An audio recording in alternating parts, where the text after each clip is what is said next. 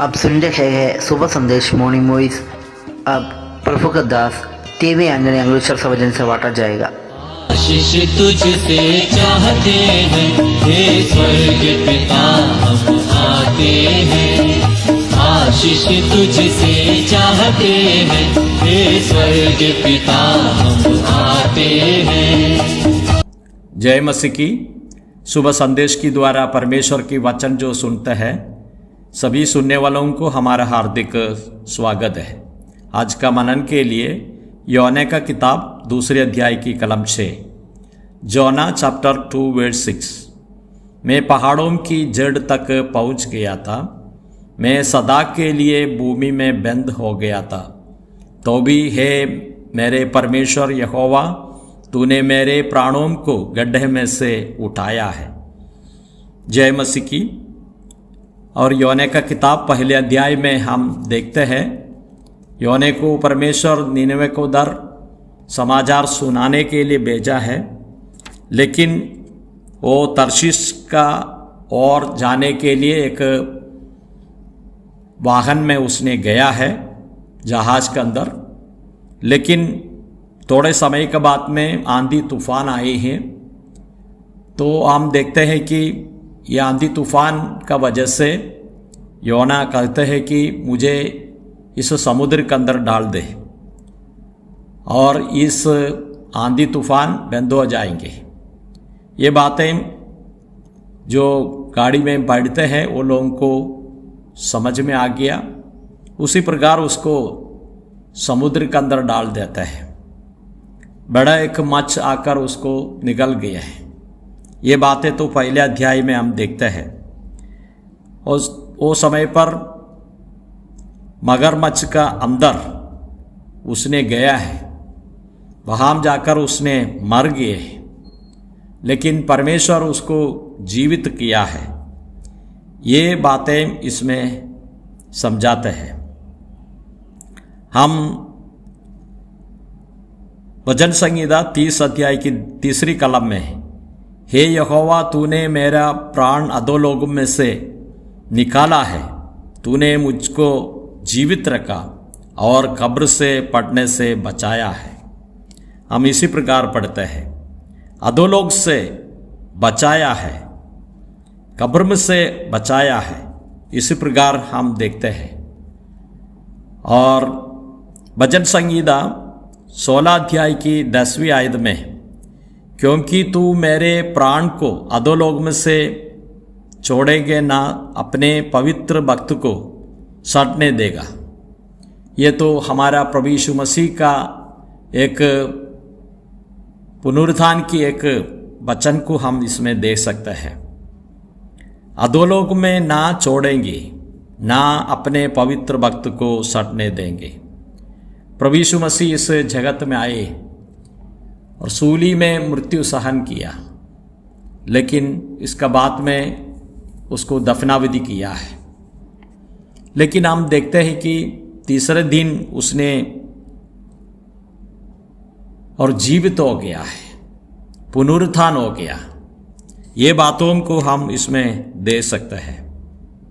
प्रभु यीशु मसीह मृत्यु का बाद में पुनरुत्थान हुआ व्यक्ति है। ये बातों को इसमें समझाता है।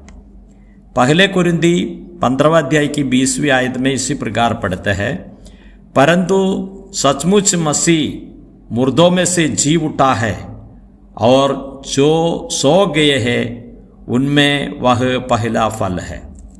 पहले फल तरीके प्रभु यीशु मसीह जीवित उठा है। इससे पहले भी कुछ लोग मर गए थे, लेकिन वो लोगों को जीवन दिया है, लेकिन पुनरुत्थान नहीं हुआ है। पहली बार पुनरुत्थान हुआ है यीशु मसीह। पाप का वजह से यीशु मसीह को मृत्यु सहना पड़ा, लेकिन उसका बाद में उसको दफनाविधि किया, लेकिन तीसरे दिन और सजीवन हुआ है। यीशु मसीह अभी स्वर्ग में विराजमान है। ये बातों को हम इसमें दे सकते हैं। योना का किताब 2 अध्याय की 9 पद में, परंतु मैं ऊंचे शब्द से धन्यवाद करके तुझे बलिदान चढ़ाऊंगा जो मन्नत मैंने मानी उसकी पूरी करूँगा, उद्धार यहोवा ही से होते हैं। यहाँ हम देखते हैं और उसको जीवित, योने को जीवित करने का वजह से उसने इस प्रकार कहते हैं, तुझे बलिदान चढ़ाऊँगा। इसी प्रकार हम देखते हैं, जो मन्नत मैंने मानी उसकी पूरी करूँगा, उद्धार यहोवा से होते हैं।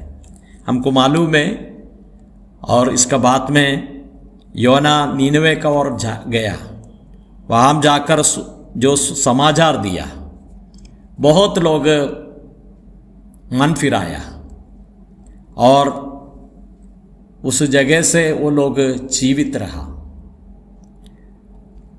लेकिन हम इस बातों को हम देखना चाहिए। ये बातें प्रभु यीशु मसीह का एक संबंध में हम देखते हैं। प्रभु यीशु मसीह में जो पुनरुत्थान की वचनों हम बोलते हैं, तो जो विश्वास में आता है वो लोग उद्धार पाते हैं। ये बातों को हम दे सकते हैं। तो योना ने क्या किया है, और परमेश्वर को धन्यवाद का शब्द कहा, परंतु मैं ऊंचे शब्द से धन्यवाद करके तुझे बलिदान चढ़ाऊंगा। ये बातों को हम दे सकते हैं। हम इब्रानियों का पत्रिका और 13 अध्याय की 15 आयत में, इसलिए हम उसके द्वारा स्तुतिरूपी बलिदान अर्पित उन होठों के फल जो उसके नाम के अंगीकार करते हैं, परमेश्वर को सर्वदा चढ़ाए करें।